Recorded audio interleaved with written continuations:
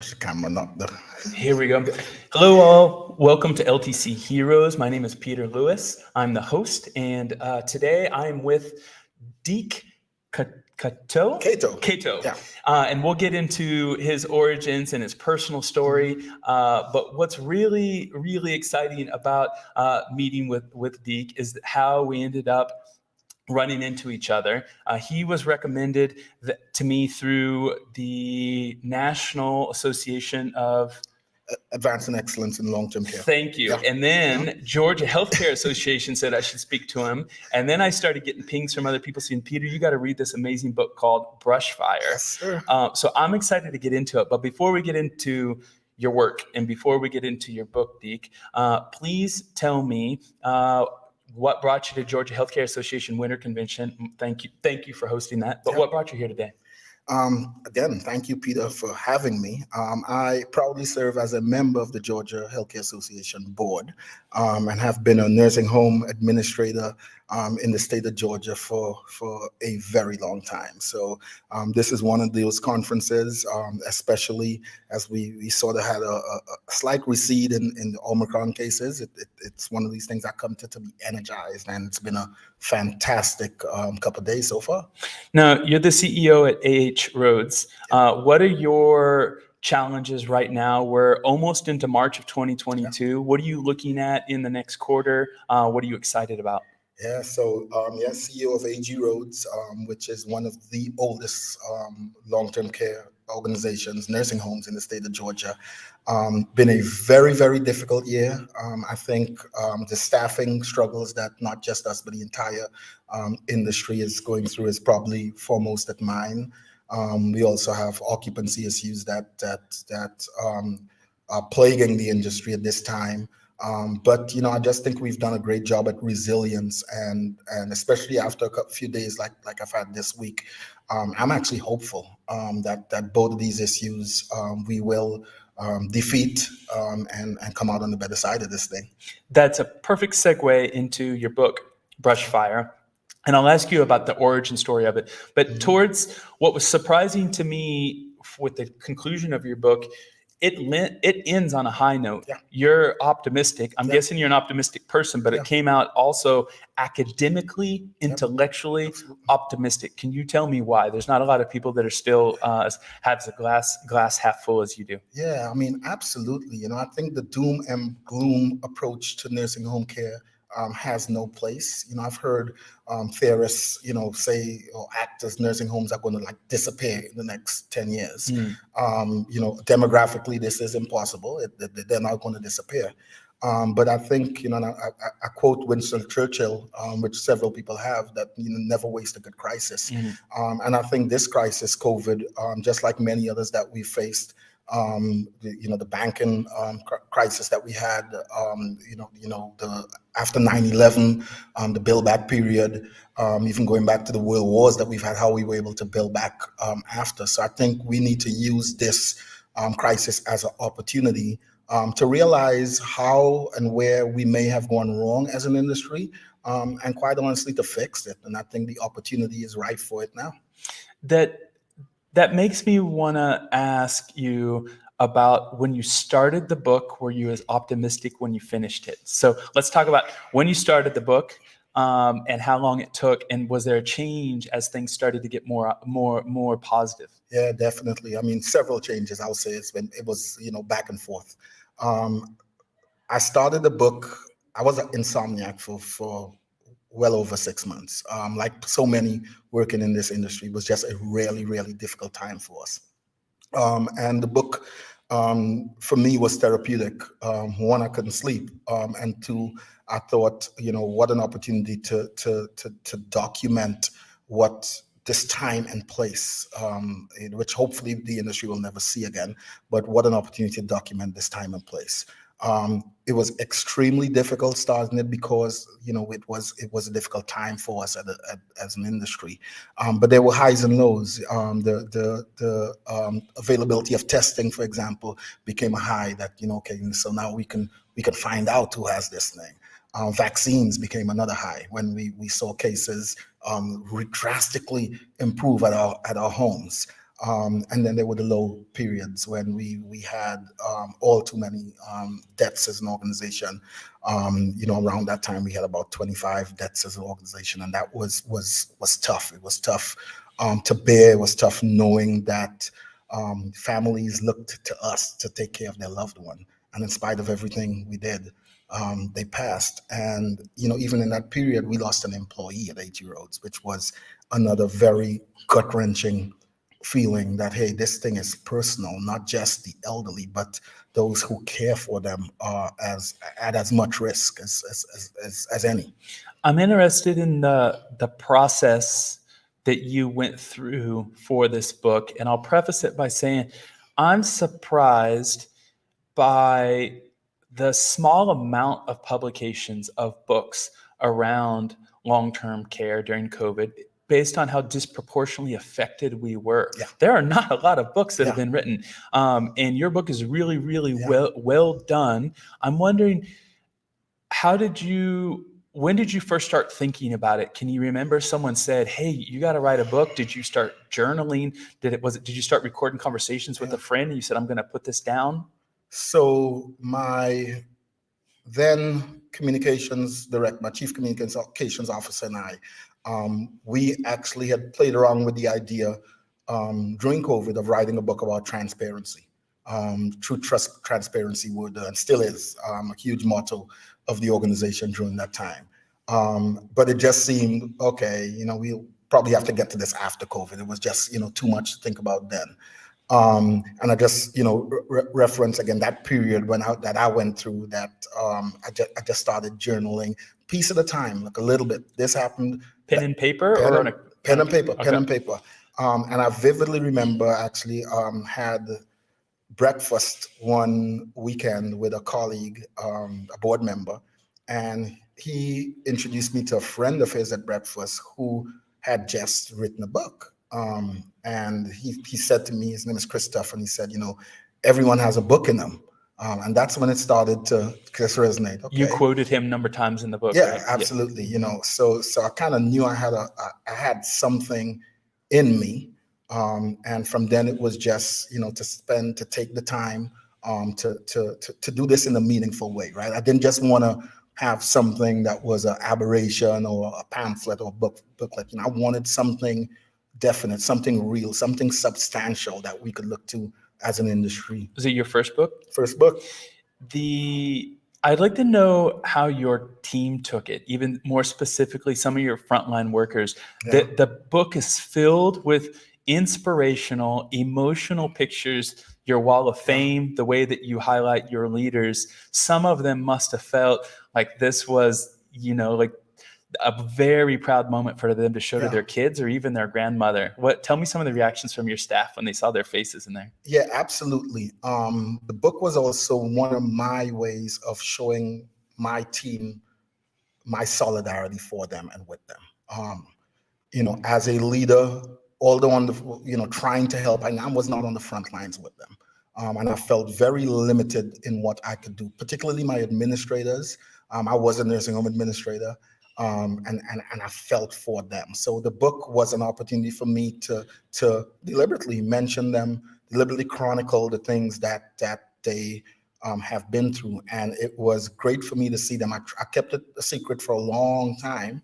And it was great for me when I hand delivered a copy to each one of them, to see their faces and to know that, hey, you're in this and you're part of this. And again, it's part of history. You need to show your family this. You need to never forget this moment that we're living in during COVID. Never forget it. Do you remember any of the responses? Do you remember any words?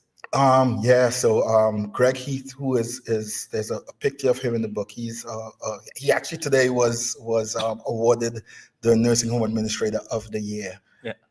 And amazing speech. Yes. I turned around to Mindy Rock and I said, Mindy, that is how you do a surprise speach. He brought tears to my eyes. And he's a tough guy, right? So he's not a guy that you would expect to tear up like that. But I gave it to him. I did let out to him before that I was doing it. And he was like, you really did it, man. You really did it. And then a subsequent conversation he's like, man, that's so cool. You put my picture in it. The picture is actually with him and my board chair, who we made a surprise visit to his home. My board chair flew in from Virginia when we had the all clear to visit the homes, and his was the first that we visited. We made a surprise visit, and again, similar to me giving him the book, he was just, those are one of those moments that at least for a while, at least for a moment, we took away some of that consternation over what's happening in the nursing home, and he could say, hey, this is something. I want to go even deeper into your creative process and your writing process.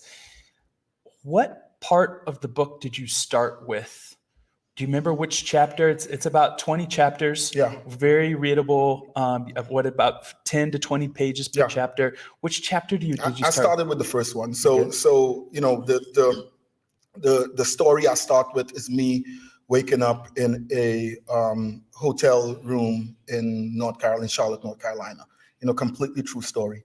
I was there visiting the former CEO of LTC Heroes before me. He actually lives in a retirement community there. And I remember when we heard, COVID's in the US, because we'd known, okay, COVID was there, was around, it was in the world. And we were just praying, please don't come to the US, please don't come to the US. Okay, then it got to the US.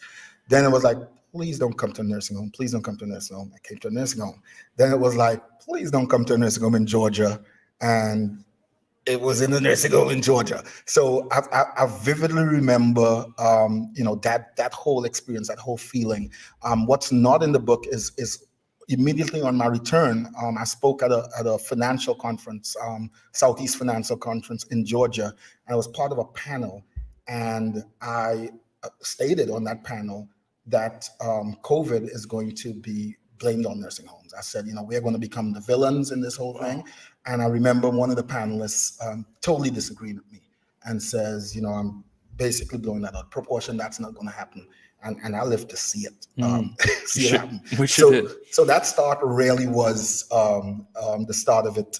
The other chapters were written in different orders. One of the early chapters I wrote was actually the last chapter on building back better. That was one of the early chapters that I wrote, but it was, of course, for the reasons of flow, it was redone to be the final chapter of the book. What was the hardest chapter for you to write, and why?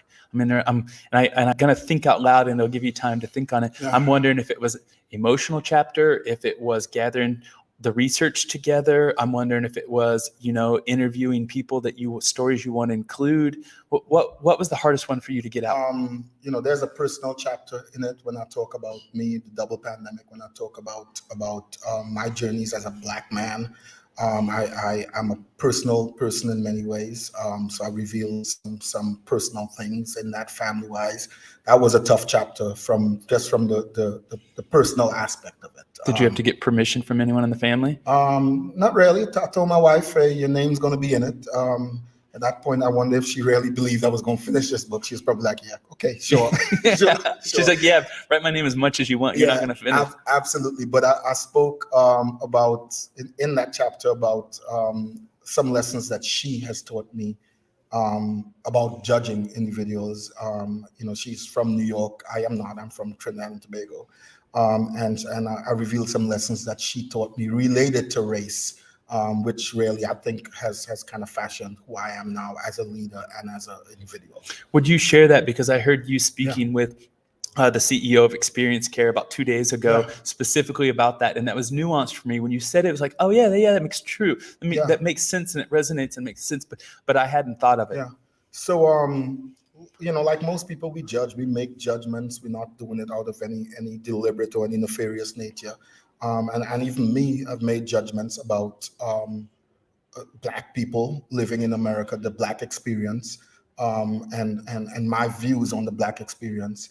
And my wife over the years has taught me to understand that my historical journey as a Black man from Trinidad and Tobago is a lot different than the historical journey of a Black man from the United States.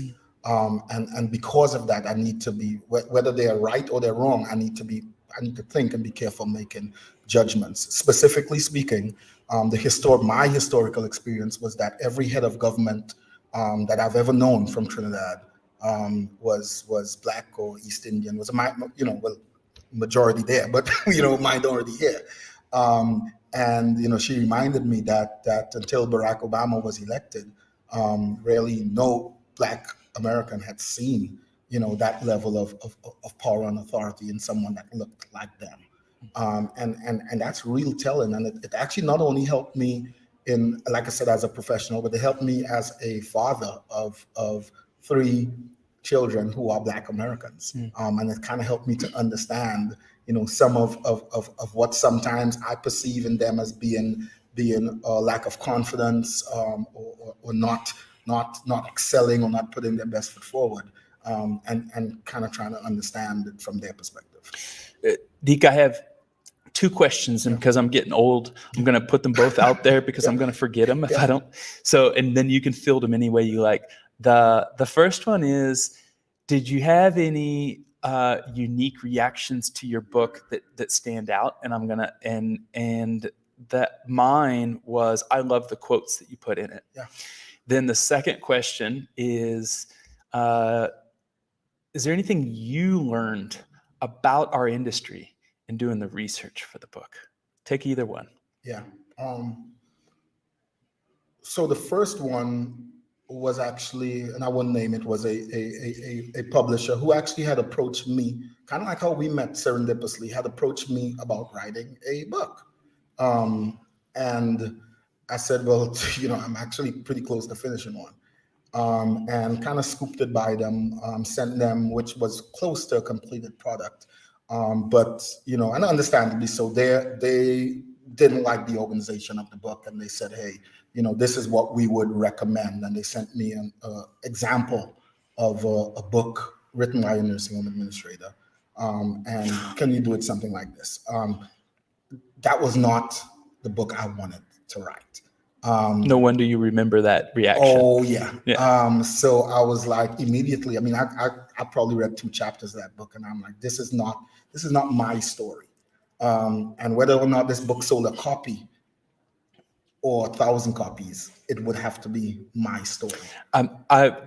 Just for the audience, if you haven't read the book, I love the way that you organized it, because the way that I read books and the way you structured it allowed me to do it. I read first chapter, conclusion, then I jumped around to the titles, and then I went through it like that. Yes, yeah, definitely. And that's the reality of how a lot of people, particularly in this industry, I feel for my team, a lot of them don't have time to sit down and read a book start to finish. So I wanted to make the book easy to read. There's, a few chapters probably are not as easy, but I wanted it to be an easy read that, quite honestly, any nursing home staff member could pick up and in a good weekend probably get through it.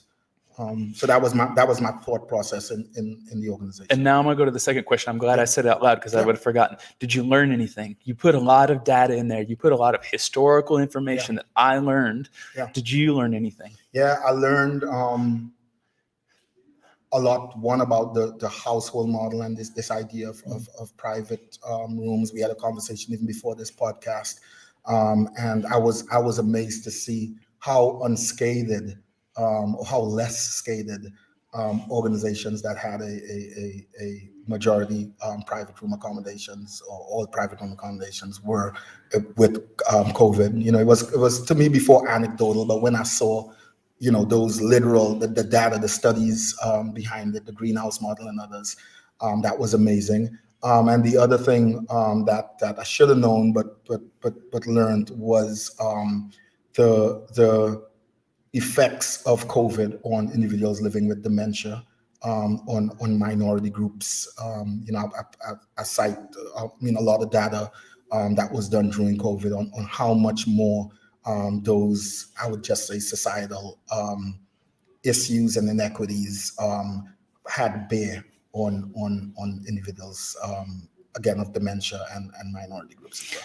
Before we move into some more personal questions, because I like to get to know you as a person, as a professional, I want to ask, is there anything about the book that you want to highlight that I haven't asked, or you would like to re-emphasize? Yeah, so the role of the board, the governmental body that runs the organization. I always knew the importance of a good, solid, strong board. I always knew that. But in a crisis like COVID, that came to a brand new light for me. I have now a much, much greater respect for the board. That really governs AG Roads.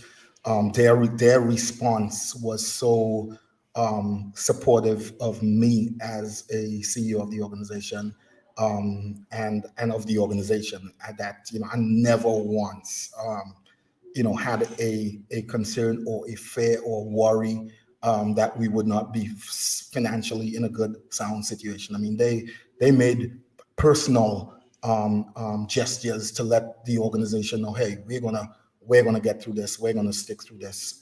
That's beautiful. And I can't do any interview without mentioning them, without mentioning my board chair, Mr. David Perdue, not the senator, but a longtime Atlantan who, really, my relationship with him and with the governing body took on a new light during COVID. Let's go back. I don't know how far we're going to go back, but I call this kind of when you get thrown into the deep end. Yeah. Tell me your long-term care initiation. Who got you here? What life story do you have? Then when you explain it to your kids, you're like, it got me. Mrs. Tamara Douglas, TamaDouglas. I want to meet her. Tama passed away a few years ago, but she was my and my wife's initiation. My wife actually used to work in long-term care. Prior to me, she introduced me to the industry. And Tamara Douglas became not just my nursing home administrator, but she became, for all intents and purposes, my mother in the U.S. She personally paid for me to get my nursing home administrator's license. In my second day of meeting her, she did like this, and she said, "You have something in you. We're going to do something with you." And she became a mentor for not just me, for me and my wife. And she's the one, man. She's the one industry wide. She's the one that I wish she was here to read this book. I wish she was here to be part of this journey with me. I like to hear the emotion in your voice when you talk about her. What one word, maybe two words, would you use to describe her as a person, as a mentor, as a hero for you? Strict. She more than one word. She raised us. Me and my wife always joke about this. She raised us in this business the right way. She taught us this business. A lot of people would say strict. Tam was a strict person. She didn't play, but she made sure you learned this work, this business, the right way. And I try to, as I talk to young administrators now, I try to tell them, learn this business the right way, and it'll take you throughout. Deke, if you're comfortable with it, I want to move into some of the personal questions. I call them the rapid fires by LTC Heroes. Let me get this pulled up right here. And we are going to go with, because you're an author, what are 1 to 3 books that have greatly influenced your life? There's so many. I would say related to this and related to this industry and my life, Atul Gawande's Being Mortal was huge. Actually had the opportunity to listen to him speak about this book at a leading age conference, and then went and bought it, and I'm like, oh my gosh, this is different. And I'm actually going to say a very recent one. A good friend of mine, Jill Vitale Osim, her Disrupting the Status Quo. If you're listening to this, Jill, I mean, great. Jill inspired me to make me know, hey, you could write something. But her book says so much of what we are afraid to say about this industry and about how we can make it better. This sector and how we can make it better. I think you're going to have a good answer for the next question. What advice would you give to a small, driven college student about to enter the real world? What advice should they ignore, especially regarding long-term care industry if they're joining ours? First thing is going to be grind, work hard. I have no apologies for that. A lot of people look at me where I've gotten to as a young man, and they make assumptions, but there's a lot of hard work that went into it, to this. The other thing I would say about this industry is don't believe a lot of the stigmas. Some of them are true. I mean, I'll understand. I would be the first to say they are less than genuine providers out here. But for the most part, this is an industry of hard-working, industrious people who care, who mean the right things, who mean to do the right things. But we have so much historical antecedents to this industry that make it very difficult to do. So don't believe those stigmas, and understand that this could be as good a social sector or a business enterprise as any that you might want to get into. I looked up your personal bio on your website, so I know that when you're not working, you listen to Caribbean music and hang out with your kids. Yeah. Will one of your kids end up in long-term care if you were a betting man? I don't think so. My kids grew up in the nursing home. They grew up volunteering in the nursing home. My staff know my kids from really literally grew up in the nursing home. I've tried to encourage them. I think there's no more worthy a profession. But I don't think they quite have the bug or the passion that I do for it. And that's all good as well. Right. Next question. What's one experience that you thought was really bad, but it turned out good? During COVID? In life? general, in life. Ooh. I got the reaction I wanted. I passed. That's so loaded. I've had many. I've got another one that's a cousin of that last question. Yeah. What's a lesson that took you a long time to learn? And I wish I could ask your wife as well. Yeah, she'll tell you that. I still haven't fully learned it, but chill out, calm down. I'm an extremely intense individual, and that's probably my wife scolds me all the time. She'll be like, "Chill out, calm down." So good. I'm still learning it, by the way. At what job would you be absolutely terrible?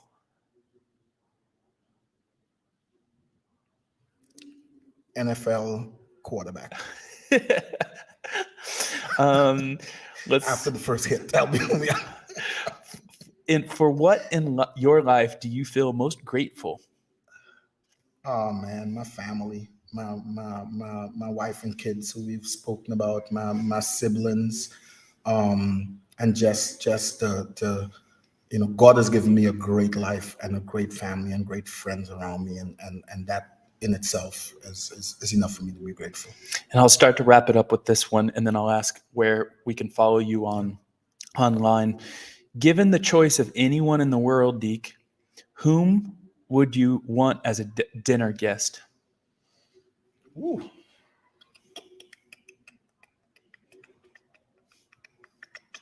I'd like to get my mom or my dad back as a dinner guest. To see my kids grown. They're both passed, but to see my kids grown, I would love to have one of them back as a dinner guest. That is a very, very good, fair answer. Deke, I loved Brushfire. I know some of the audience they can go find it on Amazon. Yeah. Just Google it. It's really, really good. It's going to come up. It already has good reviews. We just saw Dr. David Guilford from ACA and gave him the book. He goes, "Don't give me a book. I'm buying this on Amazon today." Thank you, Giff. So if you're listening to this, please go check it out. You're going to like it. It was really, really well done. Where beyond Amazon, where can listeners reach out to you if they want to ask you for advice or tell you that they thank you for this conversation? So I'm pretty new to the social media thing. But let me just put it like this. I'm working with someone now that's helping me get along with it. You can find me on my LinkedIn page, and happy to respond and reach out to anyone who reaches out to me there. Wonderful. Thank you so much for joining LTC Heroes. It was a joy to chat with you. We've been seeing each other this whole week at Georgia Healthcare Association. I'm glad I finally got to talk to you about the creative process of leaving recorded history about what we went through. Thank you, Peter. It's been great. I'll see you next year in Georgia. Yes, sir. Thank you all. All right.